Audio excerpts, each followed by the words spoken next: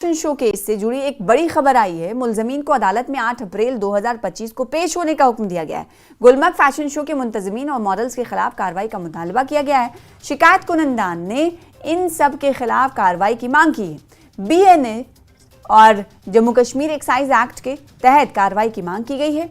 काबिल जिक्र बात यह है कि माह रमजान के दौरान गुलमर्ग में फैशन शो के इनेकाद पर काफी हंगामा हुआ था और जिसके बाद हंगामा होने के बाद उमर अब्दुल्ला CM ने खुद जांच के अहकामात जारी किए थे और अब मुलजमीन को अदालत में 8 अप्रैल को पेश करना होगा।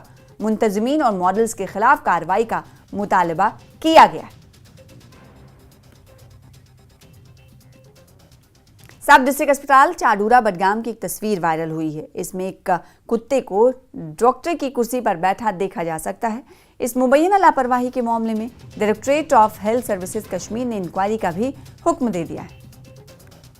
Inquiry team electronic records, CCTV footage, duty rosters का गहराई से तज्जिया करेगी और हकायक का पता लगाएगी कि मरीजों और अमले के अरकान के इंटरव्यूज भी करेगी। कमेटी इस इम्कान का भी जायजा लेगी कि वीडियो को किसी मसरूफ सरकारी अस्पताल को बदनाम करने के लिए कुछ मफाद परस्तों ने जानबूझकर तो तरतीब दिया था या इसमें तरमीम की गई थी, जिन्होंने पहले भी सरकारी अस्पतालों को बदनाम करने और गुमराह करने की कोशिशें की हैं, जैसा कि SDH बिजबहाड़ा और CHC पटन के मामले में, जहां सोशल मीडिया पर जाली वीडियोस अपलोड किए गए थे। ऐसी सूरत हाल में कमेटी ऐसे मजमूम कोशिशों के मुर्तकिब अफराद के खिलाफ कानून के मुतालिका दफात के तहत कार्रवाई की सिफारिश करेगी।